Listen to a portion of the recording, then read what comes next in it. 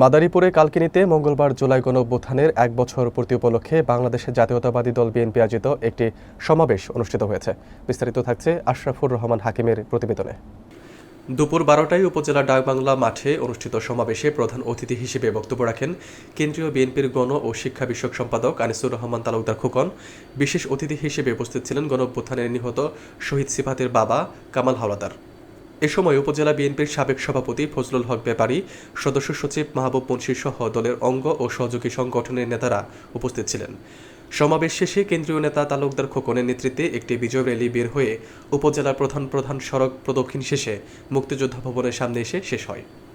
আমার ছেলে আমার ডান পাশে ছিল, আমার মাথার উপর দিয়ে গুলি যে আমার ছেলের এক মাথা দিয়ে ঢুকে আরেক মাথা দিয়ে সে রাস্তার উপরেই লুটে পড়ে। ভাগ্যক্রমে আমি বেঁচে যাই। আমি জানি আমাকে এই বাংলাদেশের সমতুল্য সম্পদ দিলেও আমি যা হারাইছি আমি কিছুই পাবো না।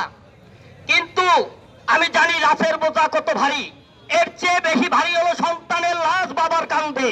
এই দেশের দায়িত্ব আমাদের এবং এই মাদারীপুরের ৩ আসনে আমরা কিভাবে মাদারীপুরের ৩ আসনে জনগণের মন জয় করতে পারি এবং আমাদের আচরণ সুশৃঙ্খল হতে হবে এবং আদর্শজনক হতে হবে।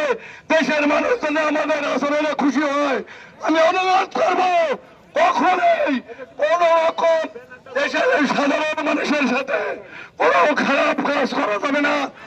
আমাদের প্রিয় নেতা তারেক রহমানও দেখলাম গতকাল কিংবা তার আগের দিনে সে কিছু কথা বলেছে। জাতি বিএনপির প্রতিশ্রুতি অনুযায়ী এখনো কিন্তু যুদ্ধ শেষ হয় নাই। ঠিক এই সময় আমরা শাহবাগে অবস্থান করছিলাম। বিভিন্নভাবে আমাদের কাছে খবর আসছিল, সেনা প্রধান যখন বার্তা দিলেন তখন আমরা ছাত্র জনতা বুঝে গেল এই সরকার আর নেই।